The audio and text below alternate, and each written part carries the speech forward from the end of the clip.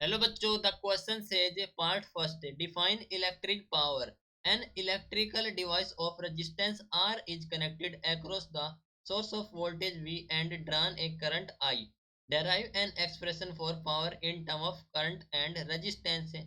Second question में हमें पूछा गया है two electric bulb rated 100 watt two 20 volt and 60 watt two 20 volt are connected in parallel to an electric main of 220 volt, find the current drawn by the bulb from the main से।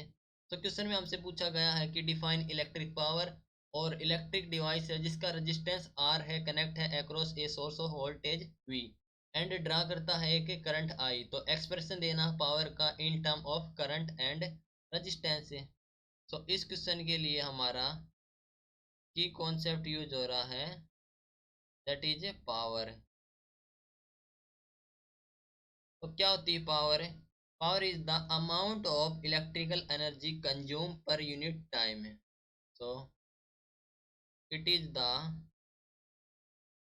Amount of energy consume per unit time, per unit time, right, that is the power. Now हमारे पास दिया गया है एक electrical device of resistance R। तो an electric device of resistance R and connected across a source of voltage V and voltage P and current I, right? तो expression for power in term of current and resistance. So expression for power is a power which is given as a power in terms of current and resistance। तो हम जानते हैं कि जो power होती है that is a P which is equal to the P power P is equal to the potential difference into current, potential difference into current, right. तो ये हो गया हमारी in term current and resistance. So P is equal to V square upon R, okay, in term of resistance. यहाँ पर R हमारे पास है रेजिस्टेंस। अब सेकंड पार्ट में क्या पूछा गया है? तो in second part two electric bulb rated 100 watt two 20 volt and 60 watt two 20 volt are connected in parallel to an electric main of 220 volt, right. तो यहाँ से तो पावर ऑफ लैम्प कितनी हो जाएगी? First is the potential difference हमारे पास है V, that is the 220 volt and power of bulb, power of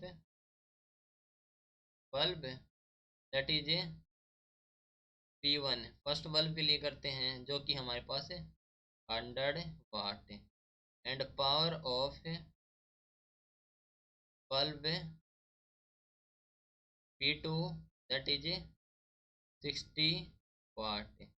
okay, so both bulb are connected in parallel, okay, तो the potential difference across each of them will be 220 volt, okay.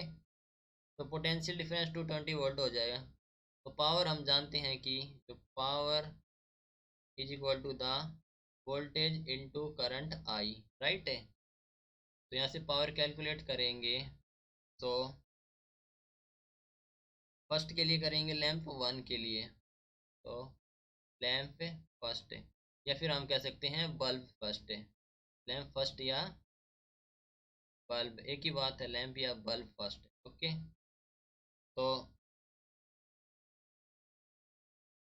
P1 is equal to V upon into I1 and I1 is equal to P1 upon V, that is P1 हमारे पास है 100 and V है हमारे पास 220, जो कि हो जाएगा हमारे पास है 5/11 एम्पियर।